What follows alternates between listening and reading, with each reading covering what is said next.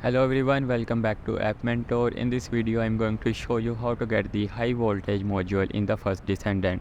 The high voltage module is exclusive to the Ultimate Bunny character, meaning no other Descendant, including the regular Bunny, can use it. This module can make the Ultimate Bunny incredibly powerful and is great for certain builds. To get the high voltage module, you will need to defeat the hard pyromaniac in the Void Intercept battle.